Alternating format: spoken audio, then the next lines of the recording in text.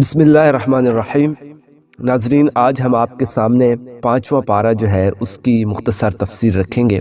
مزید تفصیلات اگر آپ جاننا چاہتے ہیں تو علامہ احمد سعید خان رحمۃ اللہ علیہ کی جو تفسیر ہے ہدی للمتقین، آپ اس کا بھی مطالعہ کر سکتے ہیں۔ اس کے علاوہ علامہ صاحب کے استاد محترم جناب مولانا غلام اللہ خان صاحب کی جو تفسیر ہے جواہر القرآن، آپ اس کا بھی مطالعہ کر سکتے ہیں۔ تو آج 5ویں پارہ کی جو مختصر تفسیر ہے، مختصر جو خلاصہ ہے، وہ میں آپ کے سامنے رکھتا ہوں۔ تو سامعین محترم، اس پارہ میں اللہ رب العزت نے جو ہے 8 باتیں بیان فرمائی ہیں۔ پہلی بات جو ہے وہ خانہ داری کی تدابیر بتائی گئی ہیں۔ دوسرا جو ہے اس پارہ میں عدل اور احسان کے بارے میں بات ہوئی ہے۔ تیسرا جو موضوع ہے وہ جہاد کی ترغیب کے متعلق ہے۔ چوتھا، اس پارہ میں منافقین کی مذمت کی گئی ہے۔ 5ویں نمبر پہ قتل کی جو ہے وہ سزائیں بتائی گئی ہیں، اور 6 نمبر پہ ہجرت اور صلاۃ الخوف کے بارے میں بات ہوئی ہے۔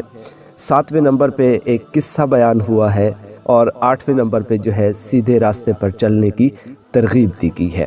تو خانہ داری کی تدابیر کے حوالے سے پہلی ہدایت تو یہ دی گئی کہ مرد جو ہے وہ سربراہ ہے عورت کا، ٹھیک ہے۔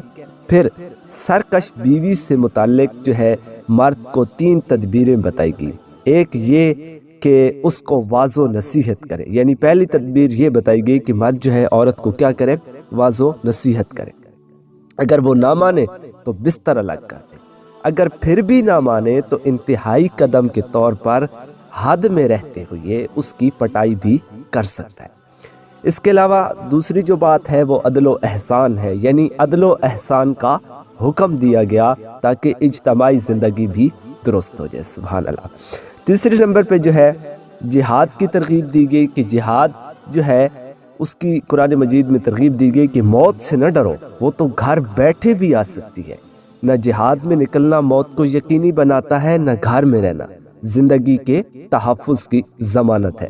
تو یعنی کہ جہاد کے لیے آپ نکلیں، تیار ہوں، موت سے نہ ڈریں۔ آپ گھر بیٹھے رہیں گے تو موت تو گھر میں بھی آ جائے گی، گھر میں رہنا زندگی کی تحفظ کی ضمانت نہیں ہے۔ اس کے علاوہ منافقین کی مذمت کی گئی، یعنی کہ منافقین کی مذمت کر کے مسلمانوں کو ان سے چوکنا کیا ہے کہ خبردار، یہ لوگ تمہیں بھی اپنی طرح جو ہے وہ کافر بنانا چاہتے ہیں، تو اس لیے ان کے ساتھ دوستی نہیں کرنی۔ قتل کی سزائیں بتائی گئی ہیں کہ قتل کی سزائیں بیان کرتے ہوئے بڑا سخت لہجہ بھی استعمال ہوا ہے کہ مسلمان کو جان بوجھ کر قتل کرنے والا ہمیشہ ہمیشہ جہنم میں چلے گا، مراد اس سے جائز سمجھ کر قتل کرنے والا ہے۔ ہجرت اور صلاۃ الخوف کے بارے میں بات ہوئی ہے۔ جہاد کی ترغیب دی تھی، اس میں ہجرت بھی کرنی پڑتی ہے، اور جہاد از ہجرت میں نماز پڑھتے وقت دشمن کا خوف ہوتا ہے، اس لیے صلاۃ الخوف بیان ہوئی ہے، ٹھیک ہے۔ اس میں ایک قصہ بیان ہوا ہے کہ ایک شخص جو بظاہر مسلمان مگر در حقیقت منافق تھا، اس نے چوری کی اور الزام جو ہے ایک یہودی پر لگا دیا۔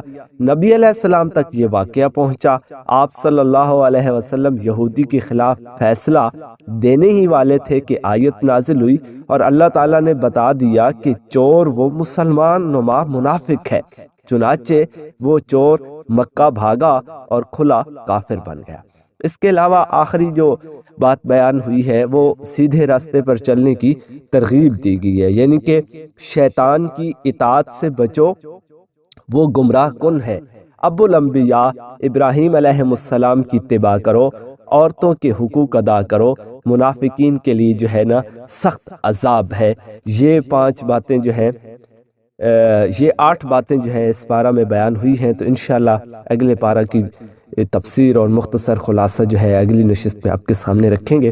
تب تک کے لیے مجھے دیجیے اجازت۔ اللہ نگہبان۔